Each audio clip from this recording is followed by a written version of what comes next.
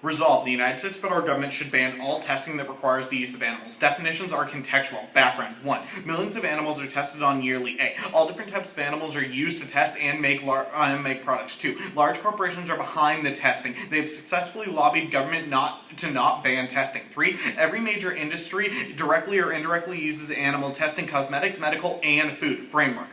1. Interpretation. Methodology and discourse, and the discourse of that methodology come first. Judge the round based on which side represents the methodology best. Critical impacts come first. 2. Discourse and methodology is the reason we make policies. This is why we are who we are. Ground fairness and education do not exist if we do not debate about the methodology first. 3. The ballot is the way we decide methodology and discourse. Debate itself is only a game when we devolve it to the point of just yelling nuclear war. Only by taking it back to the level of methodology and using the ballot to decide the methodology can we have education. It tells us what the policy is about. It tells us why we should think this. It decides what our ground is because it is what we are thinking of. It is how we decide this. And plan. The United States federal government should ban all testing that requires the use of animals. Solvency. 1. Banning animal testing breaks down the pillars of capitalism. 2. This instance is uniquely key. Anything to reject the system is good, but this shows that the abuses of animals or anything else won't be tolerated and we must say no. This is a message that isn't alone to animals. It says making people wage slaves, racism, sexism, ageism is all bad. Capitalism will collapse by us saying no because it tells the system that we will not go for abuses anymore. We will not go for profiteering off abuse. We will say no. We will break down the pillars of capitalism. This brings us the advantage of the destruction of capitalism. 1. Thesis.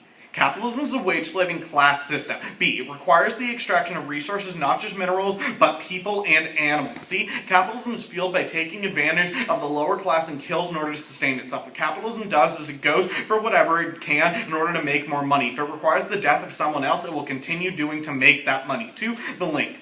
This is specific abuse where people and animals are abused in order to make more money. Specifically, they make people test on these animals, make them go through the horror of doing it in order to make a profit in the short term. This is a unique instance of capitalism where it uses profiteering above the rights of people and animals and specifically uses to prop up profits. All it cares about is the money out of this. It does not care what happens to the animal or the person, but only that it forces someone so that it can make a dollar. We must get rid of this support for the capitalist system and leads us to our impacts. 1. Root cause war. Capitalism goes to war to make money. Capitalism is the basis for ideological war. It is used to support, fund, and profit from war, and profits are used to then create more destruction and more war. As long as there's a dollar to be made off the war, they're going to continue doing it. And B. Racism, sexism, and classism.